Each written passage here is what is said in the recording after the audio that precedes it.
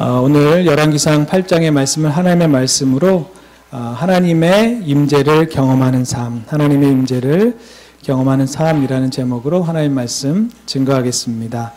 오늘은 열왕기상 8장은 성전 봉헌식이 있는 날입니다. 성전, 성막하고 다른 것이죠. 성막은 텐트 생활을 할 수밖에 없었던 광야 생활에서 성막을 만들고 여러 지파들이 있는 가운데 성막을 텐트로 만들었습니다. 그 텐트는 구름기둥이나 불기둥이 움직이면 함께 접고 또 담당했던 레위인과 제사장들이 그것을 접어서 이동하는 이동식 그런 성막이었습니다. 텐트였습니다. 그런데 하나님께서 이 모든 과정을 통하여 이제 온전히 하나님께서 거하실 성전, 건물을 짓게 됩니다. 그래서 이 과정을 통하여서 성전의 귀한 건물이지만 그러나 그 건물 안에 하나님이 임재하시기를 원하시는 모습. 그래서 신명기 12장 13절과 14절, 신명기 12장 13절과 14절에는 이런 말씀이 있습니다. 네, 함께 읽어볼까요? 시작. 이 번제물 드리는 일이 없도록 하라. 여호와께서 너희 지파들에게 선택해 주신 한 곳에서만 드려야 할 것이니 거기서 내가 명령한 것을 지키도록 하라. 그렇습니다. 하나님께서 특별히 이제 성막이 아니라 성전에 대해서 마음을 갖고 계셨고요. 그 한 곳을 정해서 이제 성전을 만들고 그곳에서 예배를 받기를 기대하셨습니다. 그래서 아무데나 예배드리지 말고 내가 너에게 이제 앞으로 세워줄 그곳, 그 성전에서만 예배를 드려야 한다. 그래서 다윗을 통하여서 이제 솔로몬에 이르게 됐고요. 드디어 성전을 솔로몬 때에 짓게 됩니다. 솔로몬 성전 그리고 수르바벨 성전, 그 성전들이 지어지게 되는데 나중에 헤로 성전까지 에스겔 성전까지 하면 총 4개의 성전이 있지만 실제로 지어진 것은 솔로몬 성전, 그 다음에 수르바벨 성전, 그리고 나중에 에스겔 성전, 이렇게 진행되게 됩니다. 헤로 성전이죠. 그래서 오늘 지도를 통하여서 제가 성전의 사진을 한번 준비해 봤는데요. 한번 보여주시겠습니까? 네, 한번 보여주시겠습니까?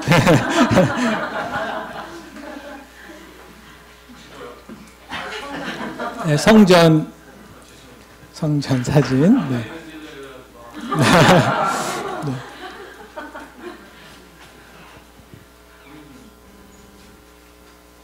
네.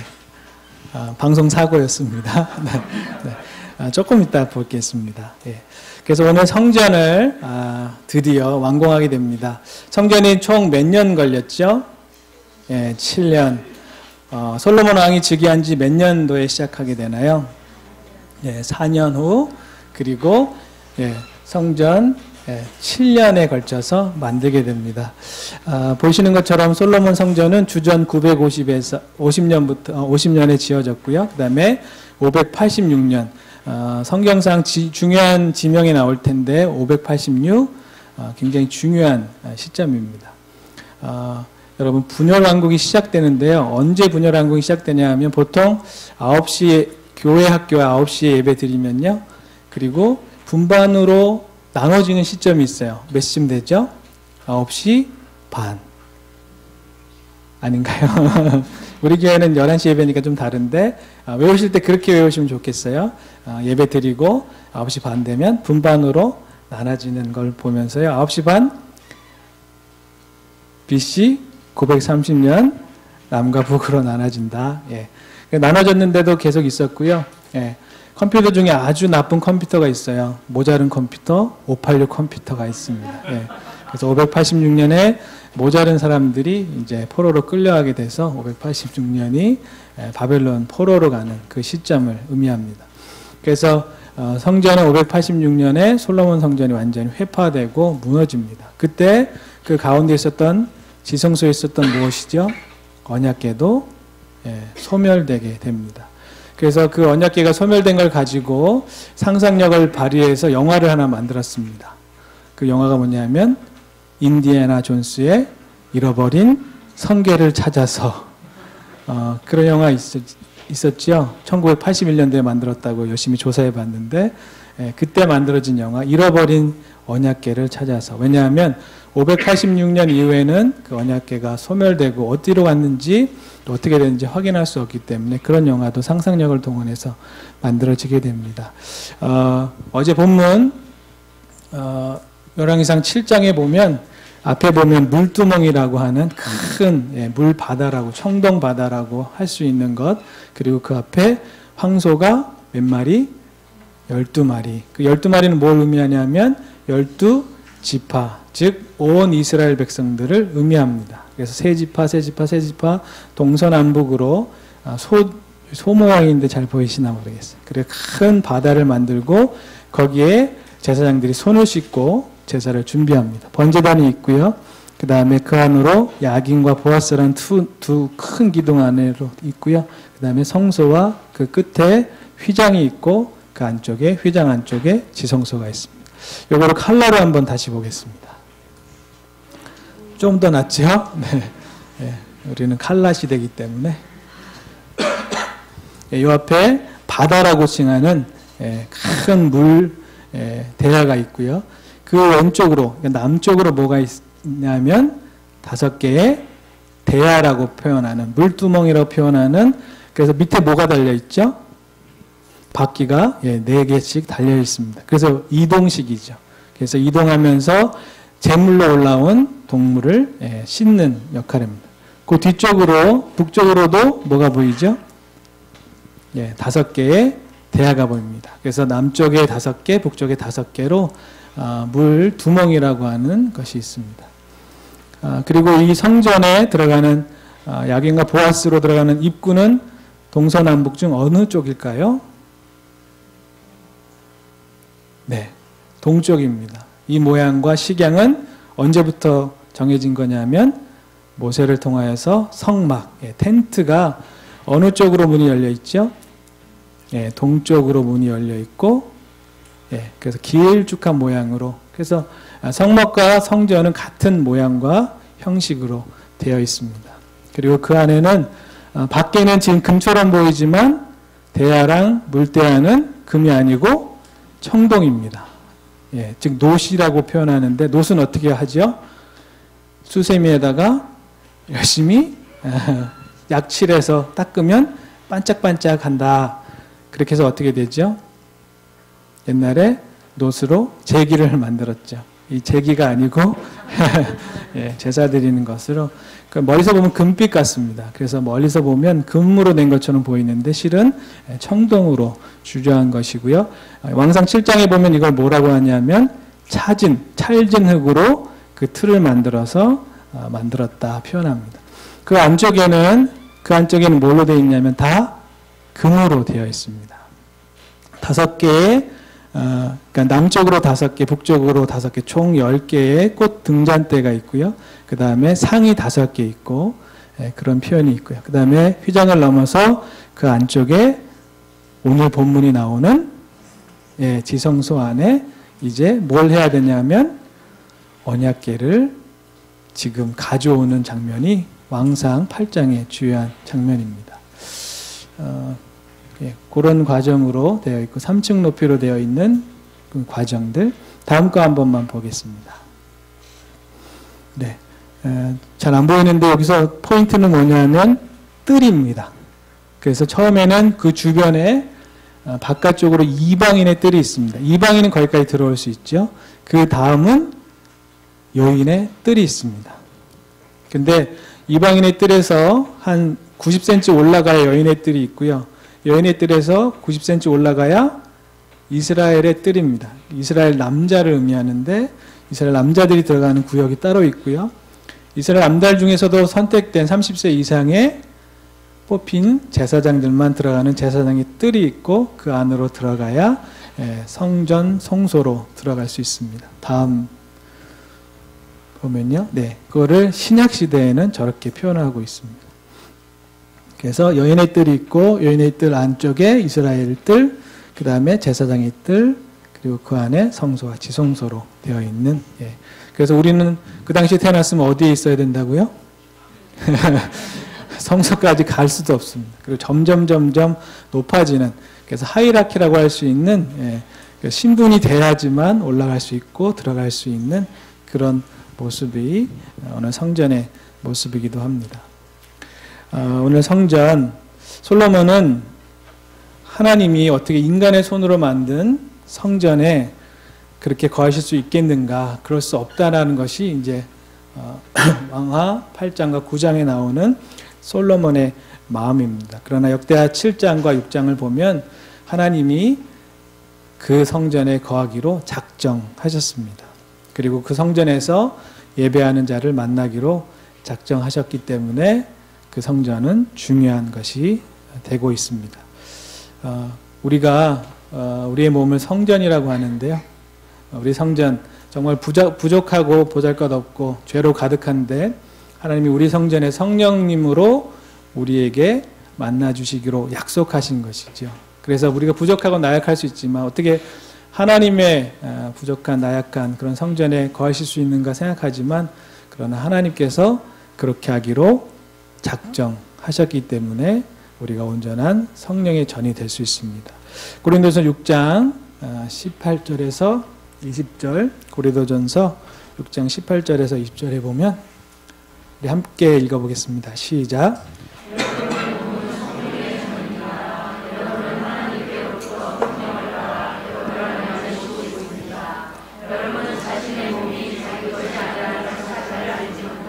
(20절) 하나님께서 가롯을 치르고 여러분을 사셨습니다.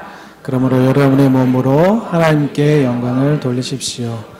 네, 우리의 몸을 하나님이 성전 삼아주셨고 그 안에 성전된 우리들 가운데 임하기로 하나님이 작정하셨습니다. 뗄래야 뗄 수 없는 관계가 됐습니다. 우리 옆에 분하고 이렇게 인사할까요?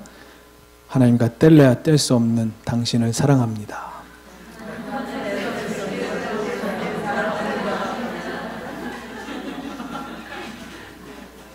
별로 사랑하지 않는 듯한 표정으로. 네. 오늘 본문은 한번 무슨 단어가 많이 반복되는지 한번 확인해 보시겠습니까? 네. 엄청나게 반복되는 단어가 하나 있습니다. 뭐냐 하면 언약궤. 예, 한번 찾아보시겠습니까? 1절에 언약궤 나오고요. 3절에 보면 언약궤. 동그라미로 표시하셔도 좋을 것 같습니다. 4절에 여호와의 궤라고 하는, 또 5절에 언약궤가 나오고, 6절에도요 언약궤가 나오고, 7절에 언약궤, 8절에 언약궤, 9절에 언약궤라는 단어가 반복해서 나옵니다. 언약궤는 지성소 안에 들어가는 귀한 나무 궤짝과 같습니다. 크기는 122cm의 길이를 갖고 있고요. 그 다음에 76cm 정도의 폭을 갖고 있습니다. 만약에 이게 교탁이라고 하면, 이게 언약궤라고 하면 120이면 요거보다 조금 더 크겠죠. 그 다음 76이라면 요거보다 조금 더 클 것입니다. 그렇게 크지는 않죠. 요만한 정도의, 그리고 높이는 76. 한 요 정도가 76 될까요? 좀 더 높은 것 같아요. 제 키를 보아서 76보다는 더 큰, 예, 높겠지만 하여튼 모양은 이렇게 생겼습니다. 그래서 그 뚜껑을 열면 그 뚜껑에는 두 분의 천사분이 날개를 이렇게 겹치고 있는 모습이고요.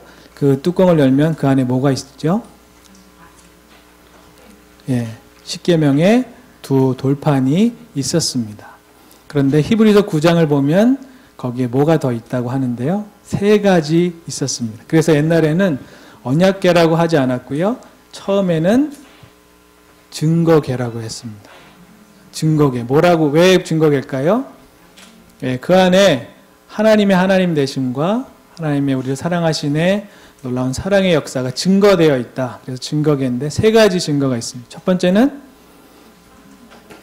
아론의 쌍난 지팡이. 그게 무엇이죠?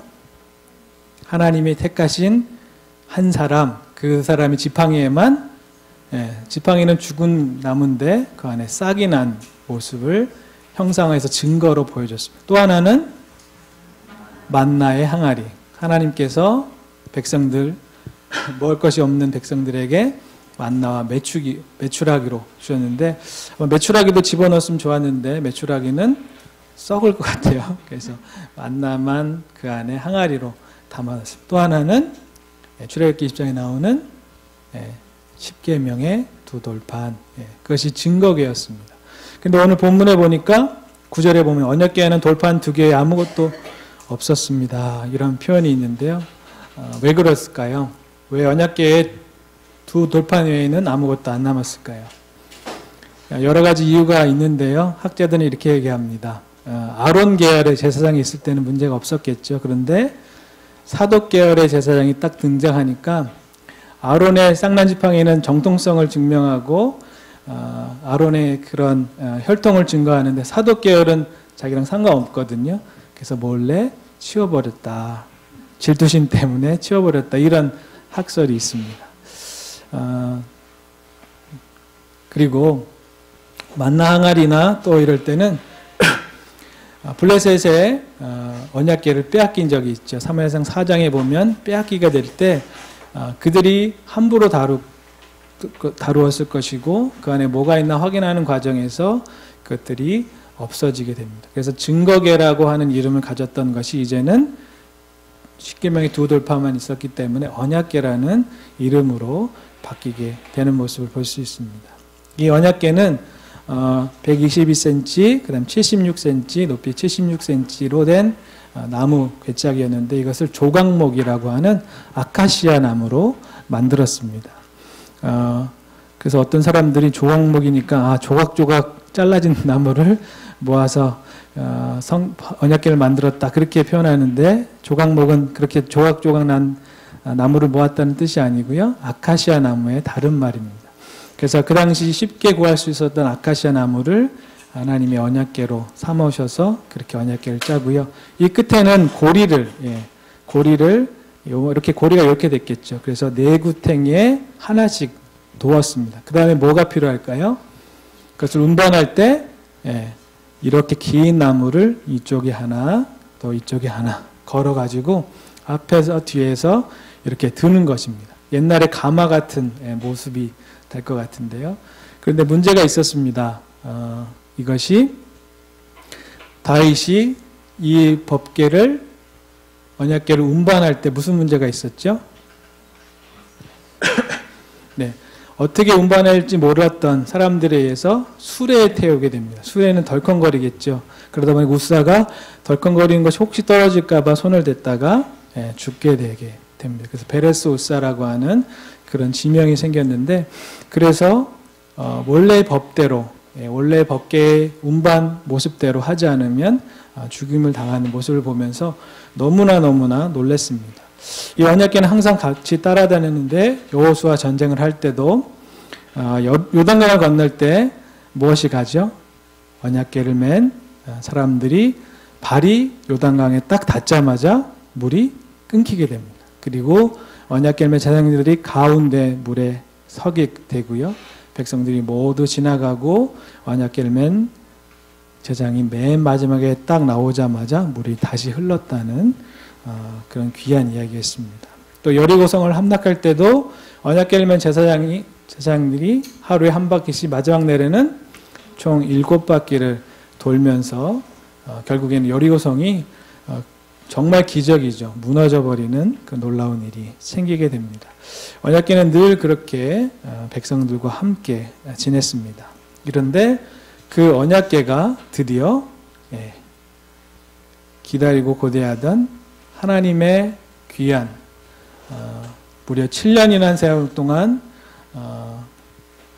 만들고 기억하고 기대하는 마음으로 이제 성전으로 돌아오는 것이 오늘 본문에 기록되어 있습니다. 얼마나 즐거웠을지 모르겠습니다. 얼마나 행복한 그 시간인지 모르겠습니다. 오늘 본문 1절에 보면 여호와의 언약궤를 다윗성 시온에서 가져왔다라고 하는데요. 그래서 여호와의 언약궤가 다윗성에 머문 기간도 다윗 왕이 40년 정도 통치했고 이제 40년의 솔로몬 왕이 들어있기 때문에 그 기간을 합치면 한 40년은 다윗의 장막에 그렇게 있었습니다.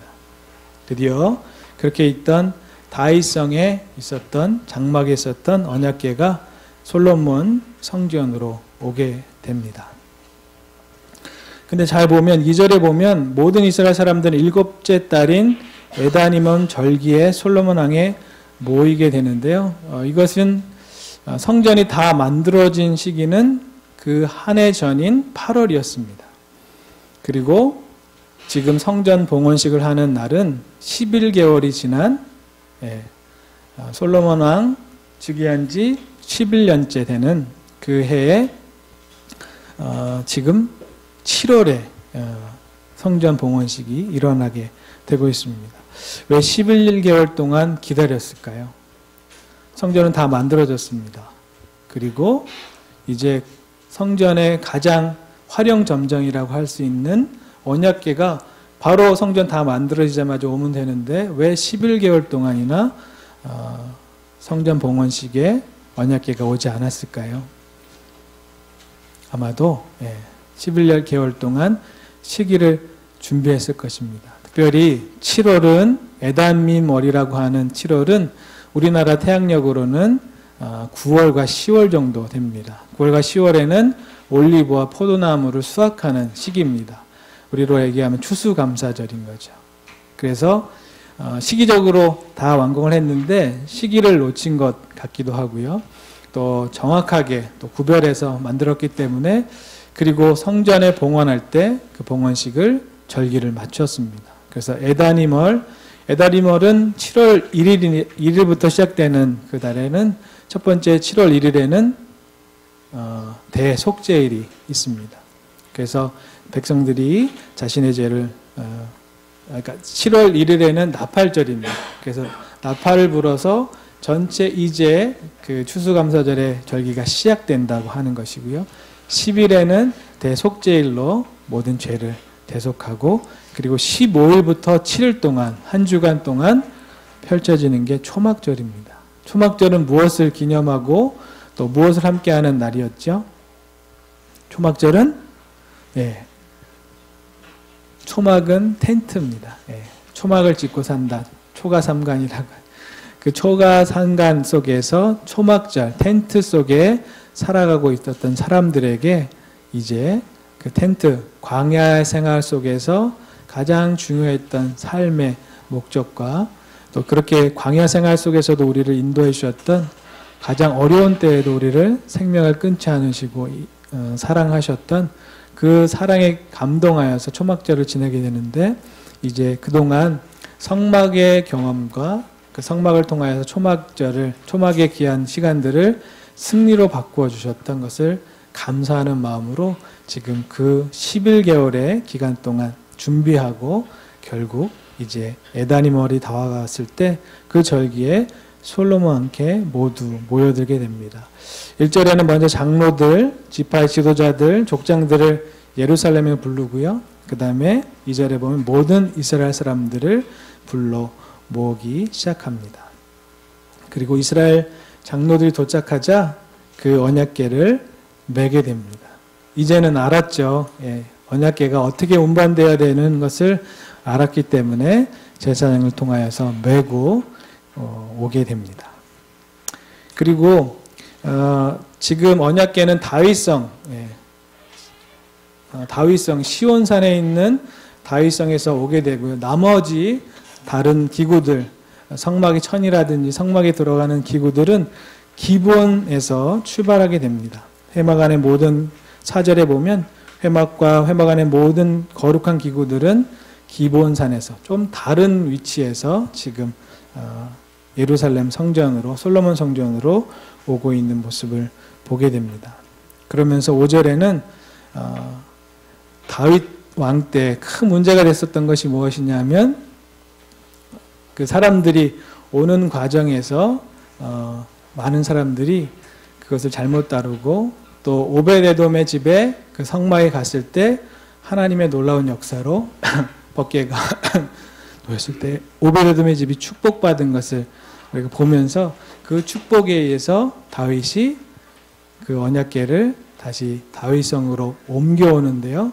그때 6걸음을 걸을 때마다 양으로 소로 제사를 드리게 됩니다. 6걸음이 얼마나 될까요? 제가 걸어볼게요. 하나, 둘, 셋, 넷, 다섯, 여섯. 이 정도 걸으면 양과 소로 제사를 드렸습니다. 또 걸으면 그래서 다윗성까지 가는 그 기간 동안 정말 많은 양과 소로 제사를 드리게 됩니다. 솔로몬은 그것을 알고 있었겠죠. 그래서 오늘 본문의 5절에 보면 솔로몬 왕과 그 앞에 모인 이스라엘 온 회중은 언약궤 앞에서 셀 수도 없고 기록할 수도 없을 만큼 많은 양과 소로 제사를 드렸습니다. 그만큼 언약궤를 모셔드리는 일이 얼마나 중요한지를 우리에게 보여주고 있습니다. 그 언약궤가 드디어 솔로몬 성전에 도착했고 그 솔로몬 성전에 도착한 언약궤는 지성소의 자리로 가게 됩니다. 6절에 보면 제사장들은 여호와의 언약궤를 성전 안쪽에 지성소로 들어가 구룹의 날개 아래 놓아 두게 됩니다. 지성소는 창문이 없는 공간이었습니다. 굉장히 어두운 공간일 수 있는데 그리고 창문이 없고 막힌 공간일 수 있는데 그 아래 구룹의 날개를 천사의 날개를 두었습니다. 그 이유는 하나님의 임재를 상징하는 것일 수 있고요. 하나님은 건물 안에 있지만 그러나 하나님의 그 놀라운 역사는 자유로운 이동을 상징하는 의미가 거기에 있습니다. 그리고 7절에 보면 그룹들은 언약궤가 놓인 자리 위에 두 날개를 펼쳐서 궤와 그 채를 덮었습니다. 그리고 8절에는 언약궤를 이렇게 운반할 때 사용했던 그 채가 굉장히 길었다는 것이고요. 그 채가 지성소까지 나와서 지성소에서도 보일 정도로 그 나무의 채가 있습니다. 그리고 그 채들은 8절 하반절에 오늘까지도 여전히 그곳에 있습니다 라는 표현을 통하여서 이 채는 운반 도구잖아요. 그래서 하나님의 성전은 그동안 성막의 이동 도구였던 것처럼 이 성전에 있는 이 언약궤도 언제나 이동할 수 있는 하나님의 자유로운 이동이 가능하다 하는 부분으로 보여주고 있습니다. 9절에는 언약궤 안에는 돌판 2개가 있었고 그 돌판을 통하여서 이집트에서 나올 때 언약을 맺어준 것을 모세가 넣어줬다고 말씀하고 있습니다. 그리고 10절에 보면 그랬을 때 제사장들이 성소에서 나오자 구름이 여호와의 성전에 가득하게 됩니다. 구름이 표시하는 것은 당시에 하나님의 임재의 가시적인 그런 표시이죠. 구름이 뭉게뭉게 피는 것을 하나님의 임재의 상징으로 보고 있기 때문에 그렇습니다. 여러분 공연이나 뮤지컬 하면 스모커라고 해서 뭉게뭉게 피어오르면 뭘 상징하는 거죠? 뭔가 신비로운 일이 있으려나 보다. 주인공이 등장하거나 뭔가 그럴 때 그리고 그 스모크에 빨간 조명을 쓰면 뭔가 나쁜 사람이 등장할 때 그렇게 상징하죠. 이것처럼 당시에 이 스모크, 구름 같은 형상이 일어나면서 그곳에 성전의 지성소에 그래서 그 구름 때문에 제사장들이 앞을 못 보고 물러나왔다 하는 표현이 표현되고 있습니다. 그 구름은 하나님의 직접적인 광채가 비칠 때 그 광채를 보는 사람마다 죽을 수밖에 없습니다. 그래서 죽음을 방지하기 위한 하나님의 옷이다 그런 표현이 있습니다. 되게 멋지죠? 멋지지 않으세요? 구름은 하나님의 임재, 그 임재를 보여주는 것인데 그런데 그 임재를 보면 사람들이 죽기 때문에 그 죽음으로부터 방지하기 위한 하나님의 옷이다 하는 표현으로 구름을 표현하고 있습니다. 모세의 성막을 승인하셨습니다. 모세의 성막, 그 텐트를 승인하실 때도 어떤 일이 일어나죠? 똑같은 일이 일어납니다. 출애굽기 40장 34절 35절이 있는데요. 이 부분은 제가 읽어드리겠습니다. 출애굽기 40장 34절과 35절은 성막이 다 만들어졌을 때 성전이 아니고요. 모세 시대의 성막이 다 만들어졌을 때 똑같은 일이 일어났음을 보여주고 있는데요. 그때 구름이 회막을 덮고 여호와의 영광이 성막에 가득했습니다. 구름이 회막 위에 머물고 여호와의 영광이 성막에 가득했기 때문에 모세는 회막에 들어갈 수 없었습니다. 여호와의 영광의 구름이 가득 찬 모습을 오늘 본문은 우리에게 말씀해 주고 있습니다. 오늘 본문을 보면서 제가 하나 깊이 생각하는 것 중에 하나가 여기에 있습니다. 하나는 솔로몬이 정말로 귀하게 성전을 짓고요. 7년 동안 열심히 성전을 만들고 또 두로왕 히람을 통하여서 또 후람이라고 하는 그 당시 기술자를 함께 불러서 정말로 멋지고 아까 그림으로도 보셨죠? 그렇게 멋진 성전을 솔로몬의 성전을 만들었는데 만약 여호와의 영광의 구름이 끼지 않고요. 딱 지성소를 갖다 놨는데도 밍숭맹숭했다면 이게 얼마나 낯뜨거운 일이 될 수 있었을까. 하나님의 온전한 성전이 언약궤가 딱 모셔오자 지성소에 딱 안에 안치되자마자 구름이 피어나고 놀라운 역사를 이루어가는 모습을 볼 수 있습니다. 솔로몬에게는 그때까지 나는 왕이 아닐 수 있다 하는 마음, 또 다른 왕들이 있었고 또 우리 어머니의 여러 가지 표현이나 그런 걸 볼 때 나는 그런 존재가 아니라고 생각할 수도 있겠지만 오늘 솔로몬은 하나님의 임재를 경험하기 위해서 도전하고 있는 모습을 볼 수 있습니다. 우리 아버지께서 그동안 하지 못했던 것을 제가 하겠습니다.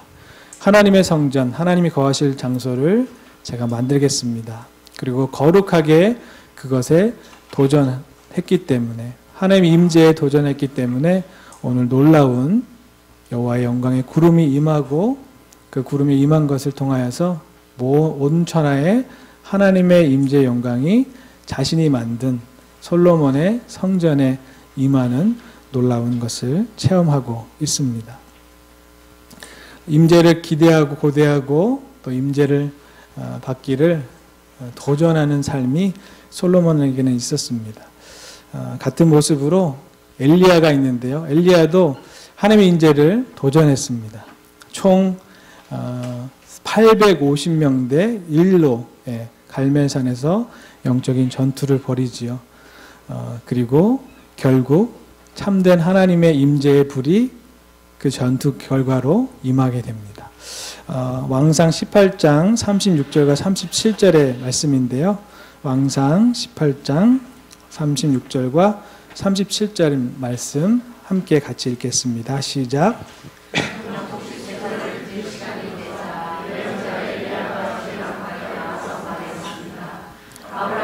이삭과 이스라엘 주께서 이스라엘 하나님이 되시는 것과 제가 주의 종이며 주의 명령으로 했음을 오늘 알려주십시오. 여호와여 내게 응답해 주십시오. 오 여호와여 응답하셔서 주는 여호와 하나님이시며 주께서 그들의 마음을 돌이키게 하시는 분임을 이 백성들이 알게 해 주십시오. 네, 이렇게 기도합니다. 그리고 38절에는 그러자 여호와의 불이 내려와 번제물과 나뭇가지와 돌각을 태웠고 구덩이에 고인 물마저 다 말려 버렸습니다. 온 백성들이 이것을 보자 엎드려 소리치게 됩니다. 임재를 경험한 것이죠. 하나님의 불의 임함을 온전히 체험한 후에 여호와 그분이 하나님이시다. 여호와 그분이 하나님이시다. 라는 엘리야도 여호와의 임재, 하나님의 영광에 그 구름이 임할 것을 도전합니다. 그리고 그 도전에 하나님은 응답해 주시고 놀라운 역사를 우리에게 보여주고 있습니다. 혹시 우리 삶은 그 임재를 하나님의 임재하심을 하나님의 영광을 고대하고 있는 삶인지 아니면 그저 평범하게 살아가고 있는 삶인지 다시 돌아보게 됩니다. 혹시 여러분 가정은 지금 하나님의 임재와 영광이 가득한 여호와의 구름으로 가득한 그런 가정을 이루고 있습니까? 여러분의 수는 그런 모습으로 임재를 체험하고 있습니까? 여러분이 함께하고 있는 팀은 또 여러분의 직장과 일터는 과연 그런 모습으로 하나님의 임재를 경험하고 있는지 다시금 돌아보게 하고 있는 모습을 볼 수 있습니다. 여러분 태권브이라고 옛날 저희 어렸을 때 만들었던 만화 영화가 있습니다. 그 태권브이는 그냥 고철일 수 있습니다. 이렇게 서 있기만 하고요. 가만히 있는데 어떤 일이 일어나면 그 태권부인 움직이는지 아십니까? 예, 처리가 조그만 비행선에 타가지고요.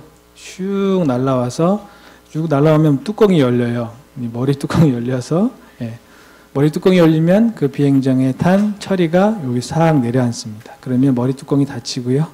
그리고 처리가 조종관으로 딱 내려오면 그 태권보이는 이제 고철덩이가 아니고 적을 무찌르는 멋진 로봇가 됩니다.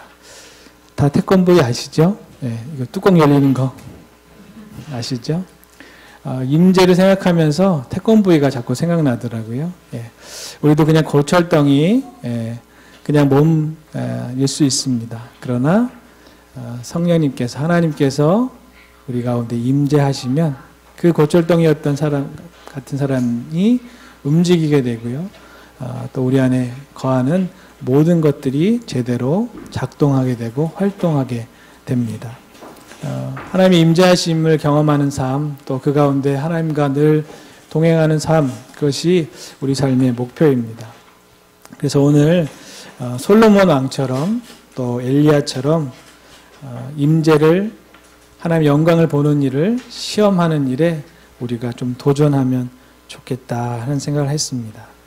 우리 자녀들이 하나님의 임재를 얼마나 체험하고 경험하고 살아가고 있는지 한번 돌아보면 좋겠습니다.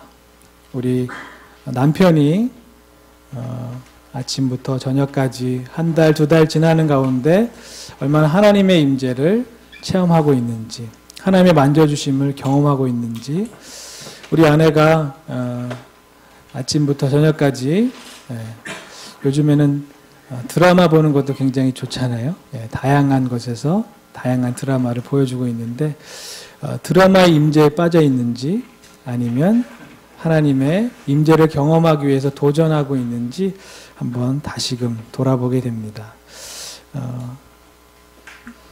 사역을 하다 보니까 기도 시간이 부족했어요. 그래서 하나님의 임재를 체험하고 경험하는 그런 임재 시간을 많이 허락해 주십시오라고 기도하게 됐는데요.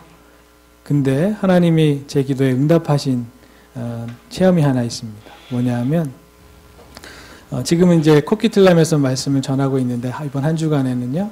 지난주에는 한 분이 남자분이 여기서 기도를 하시는 분이 계셔요. 근데 그분이 기도를 7시 45분까지 하십니다. 보통은 7시 되면 아무도 안 계셔요. 다 이제 새벽 기도하고 집으로 가시기 때문에 편안한 마음으로 불도 끄고 스피커도 끄고 다 문 닫고 집으로 가거든요. 그런데 그분은 7시 45분까지 다른 분들이 계실 때는 기도를 잘 안 하시는 것 같아요. 그러다가 다른 분이 가시기 시작하시면 그때부터 소리가 점점 커지시면서 기도를 시작하시더라고요. 그 기도하는 시점이 한 7시부터신 것 같아요. 저는 문도 닫고 정리를 해야 되기 때문에 그런데 생각했어요. 저분은 왜 아직도 안 가신가? 문을 닫고 집으로 가야 되는데 배도 고파지는데 뭐 이런 생각을 했는데 하나님이 내 기도에 응답하셨구나. 하나님의 임재, 기도하는 시간 늘려달라고 항상 기도했는데 그분이 기도하는 걸 통하여서 함께 기도하면 되겠구나. 그런 생각이 들더라고요. 그래서 저 구석에서 이제 같이 기도합니다. 누구 목소리가 더 큰가? 열심히 기도하게 됐고요. 그러면서 임재를 경험하고 하나님을 체험하는데 그러니까 그분이 언제 가 계시더라고요. 집에. 그래서 하나님이 소자의 기도에도 응답하시는구나. 그런 마음을 갖게 됐습니다. 여러분 하나님의 임재를 체험할 수 있는 일에 그것을 시험하는 일에 도전하면 좋겠습니다.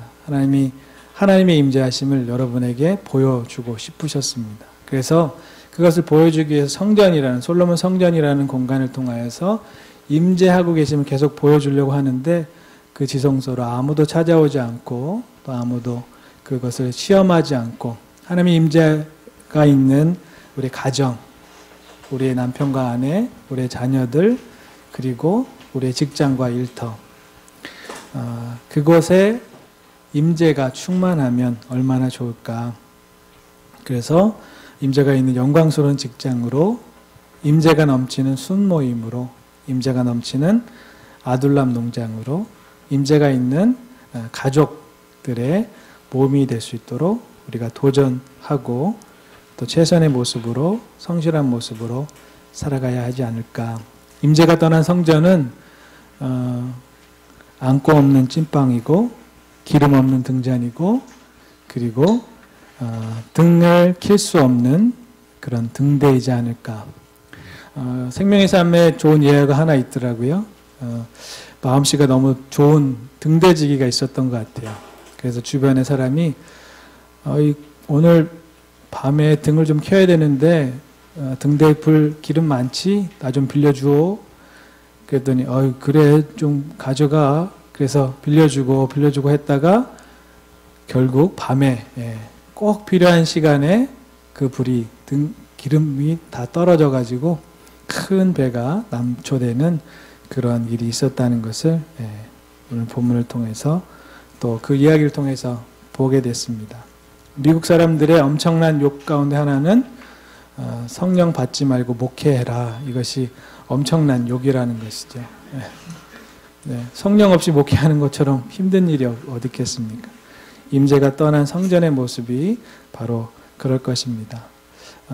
임재가 떠난 우리 가정, 임재가 떠난 순모임, 또 하나님의 영광을 바라보는 모임이 아닌 모임은 아마도 결국에는 이런 모습으로 변화될 수밖에 없습니다. 오늘 솔로몬이 언약궤를 모셔드리면서 하나님 임재를 그렇게 기대했고 하나님은 임재를 통하여 그 솔로몬의 성전이 참된 하나님의 성전으로 바꿔주셨던 것처럼 오늘도 우리 하나님의 임재가 있는 우리 가정, 순, 직장이 될 수 있도록 그 임재하심을 위해서 간구하는 저와 여러분 되기를 간절히 축원합니다.